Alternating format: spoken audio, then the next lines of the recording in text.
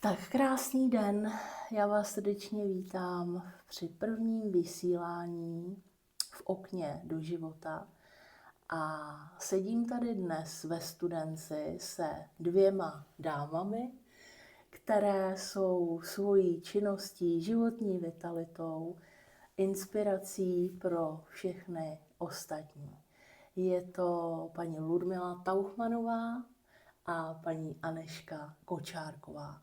A já na začátek moc děkuji paní Kočárkové, že jsme se mohli sejít tady u ní doma a natočit tenhle krásný rozhovor. Já jenom prozradím na začátek, že paní Ludmile je 93 let a je stále vitální a úžasná. A paní Kočárkové, paní Anežce, je 69 let a je takovou oporou tady ve Studenci všem seniorům, protože pro ně pořádá nádherné akce. A já bych začala teď rozhovorem s paní Tauchmanovou, s paní Ludmilou a zeptala bych se jí, jak v jejich letech vypadá její obyčejný den. Začínám ráno podle toho, jak musím pustit slepičky. Když je léto a je brzy světlo, tak je musím pustit brzy. A v zimě tam můžu spát, tam můžu ležet třeba do půl osmi. Aha. A tak během celého dne čím se ještě zabýváte? No to k těm slepičkám musím chodit často, sbírat vajíčka a dát jim zase nažrat, protože oni toho, nedávám jim tak velký najednou toho, a tak musím je častěji tam nosit. A nebo se musím taky jít někdy kouknout, jestli mě někde neutekli a nejsou tam, kde nemají být. Aby mě něco nerozházeli, nerozhrabali zahrádku. Tak paní Tauchmanová je známá tím, že i ve svých letech cvičí každý den. Je to opravdu tak? No jistě, ale to cvičím ráno na posteli. Hned jak se odkryju deku, protože cvičit se musí tak, když to tělo je takové jako teplý, v lázních vás taky vždycky nejdřív jako napařej a pak cvičej. A cvičím už, to mě bylo 66 roku, když jsem začala. Mm-hmm. To jsem byla u tety a tam mě právě, u ní jsem to viděla, jak začala cvičit a jaká byla prostě samostatná. Takže vaším takovým vzorem byla vaše teta, to vás vede k té vaší aktivitě každodenní. Protože ta moje teta z Košťálova, ta byla taková samostatná a žila do 92 roku sama v baráku. A byla, no nemůžu říkat, že strejček byl, a strejček byl nemocnej a tak pak, když byla sama, taky v baráku sama žila. A byla taková dobrá, protože vycházela dobře se sousedama, sama byla švadlena a pro sousedku ušila a soused zase přišel něco spravit okolo baráku nebo takového něco, co je potřeba, na co sama nestačila. Aha. Vy jste říkala, že jste začala cvičit v 66 letech, ano. Je to tak? A myslíte si teď, že je to pro vaši generaci běžné, že lidi cvičí? Jo, to nevím, jestli je to běžný, ale když kdo cvičí, tak myslím si, že se lepší rozhejbe.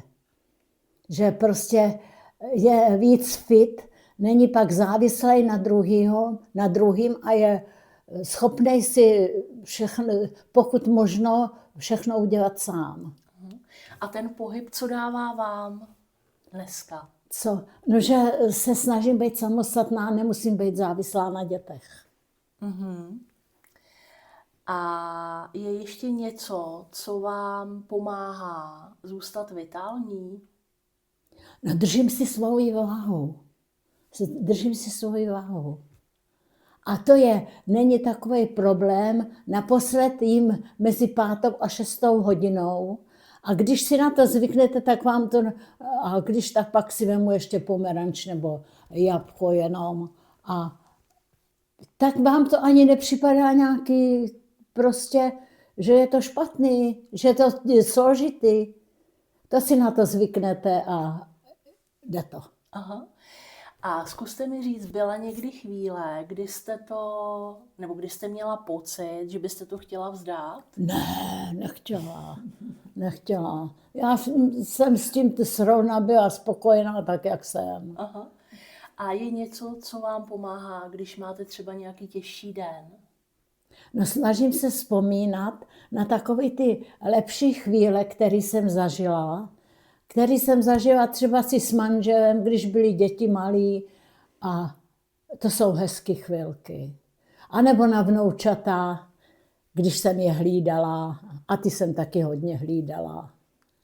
Tak mám na to pěkné vzpomínky. Vzpomínám na to. Dobře, tak já moc děkuju. Tak a já teď vyspovídám na chviličku paní Anežku a zeptala bych se jí, jak se vůbec dostala k organizování akcí pro seniory tady ve Studenci. No, minulá vedoucí důchodců už byla starší paní, několikrát jsem tam byla a takže mě tady paní Lída Tauchmanová požádala, ať v tom pokračuju, aby to scházení nezaniklo. A pak mě ještě přemlouval pan starosta, že to se nikomu do toho nechce. On to dá docela práci, všechno zajistit jako občerstvení a hlavně jsem si přece vzala, že to bude mít vždycky nějaký téma, abychom jenom se nescházeli a povídat a najíst, to mě přišlo prázdný. A kdybyste měla najít něco, co vás na tyhle práci, nebo řekněme takové jako bohulibé činnosti těší? No právě, jak ty lidi, když jsem začínala, chodilo nás tak 15, 16, teď nás chodí 40 a je to tak družný, dřív chodili domů v 3:30, teď chodí domů v 5, 6 a ještě si to nedopovídali všechno, takže je hodina přednáška, potom teda mají to vyprávění a těší se na sebe, jak mě říkají, takže to je to, co mám z toho velkou radost. No. A hlavně mě ty kulturní přednášky vždycky bavily, já jsem dřív recitovala hodně ve škole takže tohleto, vlastně mě to teďka naplňuje život a dělá mě to radost, že jsou lidi spokojení. Tak a vnímáte, že jsou dnešní seniori v něčem jiní než dřív? No moje generace už teďka začala hodně sportovat, chodí za kulturou do divadel, na koncerty a ty starší se uzavřeli tím covidem doma, to se jim tak nějak se báli, aby neonemocněli. A teďka se fakt těší, že se sejdou teda jednou za měsíc na tom setkání důchodců a vlastně se potěšejí tím vyprávěním a tím shledáním. No. Když byste se měla zamyslet nad tím, co si myslíte, že třeba lidem ve starším věku dneska chybí? No určitě ta společnost a ten čas na to popovídání. Cítí se fakt sami a uzavřený. Některý nemají děti doma, že jo, jsou už děti vyvdaný někde mimo a tak sedějí u té televize a dá se říct, že se u té televize hloupne, jo. A když byste měla říct sama za sebe, co vás nejvíc drží v aktivitě? No, já jsem od malička, jsem z 5 dětí, museli jsme doma pomáhat a ono mi to zůstalo stálý pohyb, stálá činnost, neznám slovo nuda a když mě něco trápí, tak jdu, mám velkou zahrádku, tam pracuju, roste mě tam plno zeleniny, ovoce, a to mě naplňuje, já vlastně mám 24 hodin stále zaměstnání. Aha, skvělý, tak fajn. Tak a já mám teď takovou společnou otázku pro vás, pro obě. Je něco, čeho si navzájem na sobě vážíte? Tak nejdřív paní Lída. Co jsem to říkala? No, já jsem ráda, že se s Anežkou někam dostanu, protože bych musela jinak obtěžovat děti. Mě jde srdce na 65% a já už tak pěšky ani na kole jezdit nemůžu. Tak a paní Anežka? Na Lídě se mně líbí její upřímnost, dochvilnost a to, co řekne, skutečně dodrží, což dneska se už tak málo kde nosí, dělá. Tak a je něco, co by vás dvě spojovalo, co vás dvě spojuje? No určitě ta čilost. A že se můžeme na jedna na druhou spolehnout, když od někoho Spolehnout. jedna od druhý potřebujeme něco. A máme takový stejný zájmy, protože ještě já dělám u invalidů jako důvěrníka, takže jdu a ještě paní Jenu dovezu za těma kulturníma věcma, za divadlem, koncertem, takže se tak nějak si vzájemně děláme radosti. A nepřipadá mi to vůbec, že dělám něco mimořádného, jo, to je takový normální. Tak a ještě poslední taková společná, no ne úplně poslední otázka, ale taková společná. Co byste každá z vás dneska vzkázali současným mladým ženám? No, ty, co jsou v mých letech, aby si vážili toho, že mají vnoučata a snažili se je pokud možno si jich užít, i když taky někdy to vypadá všelijak, že by je člověk přetrh. Ale takový je život, že taky jsme byli mladí, že jsme někdy zlobili. No to jo. A já bych vzkázala těm mladým ženám, aby odložili telefony a počítače na pozdější dobu, věnovali svůj čas především dětem, aby je vzdělávali a učili se s nima, jak trávit volný čas. A večer místo dívání na televizi, ať si s manželem vyříkají denní starosti, anebo co je naštvalo, aby ten život pokračoval, nehádali se a byli jak... No, bolím. No, aby to manželství v tomhle státě nekrachovala a měli se tak nějak rádi, tak jako na začátku. Já moc děkuju, protože tohle je krásný poselství, protože samozřejmě současné problémy, které jsou v oblasti rodinného života, tak hodně souvisejí s tím, co jste právě řekla. Je to možná velmi obyčejné, ale hodně pravdivé. Tak a já bych ještě teď navázala jednou otázkou na paní Lídu. Co podle vás znamená žít obyčejný život? Obyčejný život, to je, já mám ráda rodinu a když mám svátek a narozeniny, já už je nemůžu pozvat domů všechny najednou, protože bohužel nemám tolik ani příboru, ani židli, ani míst k sezení, protože my, kdybychom se měli sejít všechny, tak nás bude 29. A tak je 2krát za rok pozvu do restaurace. A už se na to všechny těšejí a mají z toho radost, i když nestává se nám to, aby jsme přišli všechny. Vždycky, když jich je tolika, se to někomu nehodí. Ale každý se na to těší, rád přijde, kdo může. A paní Anežko, podle vás? No já bych řekla právě v tom scházení, oslavování a vzájemná úcta, aby byla, ne se honit za velkým množstvím peněz a zážitků, ale ty denní, obyčejné zážitky si myslím, že dělají každodenní radost a tím se vlastně tak jako zkrášluje ten vztah. Tak a jedna z posledních otázek je, jestli máte nějaké přání. Tak, paní Lído. Z přání, jaký bych měla mít přání? Abych ještě tady, jestli je možno, chvílinku pobyla a těch rodiny a vnoučat a pravnoučat si užila. Mám z nich ze všech radost.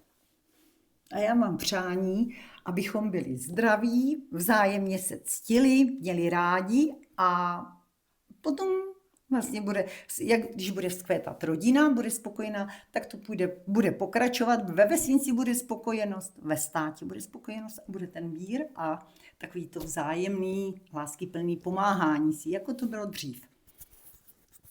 Tak děkuju moc krát. Tak a paní Lído, vy jste říkala o nějakém svém vzoru, o vaší tetě, tak než se teďka podíváme na to, co vy tu každý den cvičíte, tak pojďte nám ještě říct něco k tomu, proč vlastně jste začala cvičit a v čem vám ta vaše teta byla inspirací a jak to vlastně bylo. No já jsem jí přišla gratulovat, když máme na stejně narozeniny.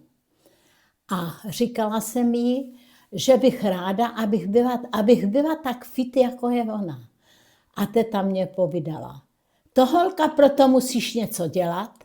A lehla si na zem a ukázala mě, jak cvičí. To mě tenkrát bylo 66 roku a já od té doby každý den si zacvičím. Výborný. No a tak se teďka podíváme, co paní Tauchmanová každé ráno cvičí. Můžeš začít cvičit, Lído. Už můžu?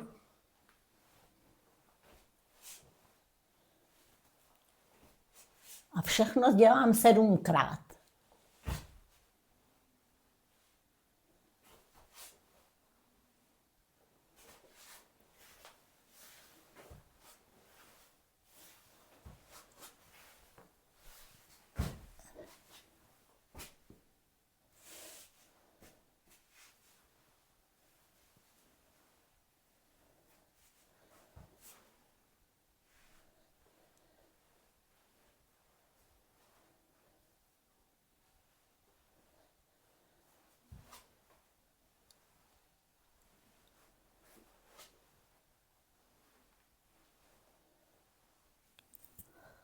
A my jsme teď u poslední otázky a i u takového malého rozloučení a ještě i poděkování. Já bych chtěla vám oběma, jak vám, paní Lído, tak vám, paní Anežko, srdečně poděkovat za to, že jsme tady mohli strávit takhle příjemné dopoledne a při takovém prvním rozhovoru do našeho okna do života. A věřím, že takových inspirativních rozhovorů bude víc. A mám ještě poslední otázku. Co byste vzkázali seniorům ohledně důležitosti pohybu? No snažte se, ne aby vám stuhly kosti, abyste se hejbali, protože rozhlédněte se kolem sebe, že kdo takhle cvičí, že je na tom líp než ten, kdo potom jenom doma leží a naříká. Neutápějme se v psychických problémech, běžme do přírody, rozdýchat to. A moje heslo je, že jsem mladá, co na to může dlouho. No jo, to je šikovný, co jsi řekla ty, já nevím, Tak, já moc děkuju a přeju vám oběma hodně zdraví, hodně krásných, radostných chvil v životě a ještě jednou ze srdce děkuju za tohleto milé setkání. Rádo se stalo.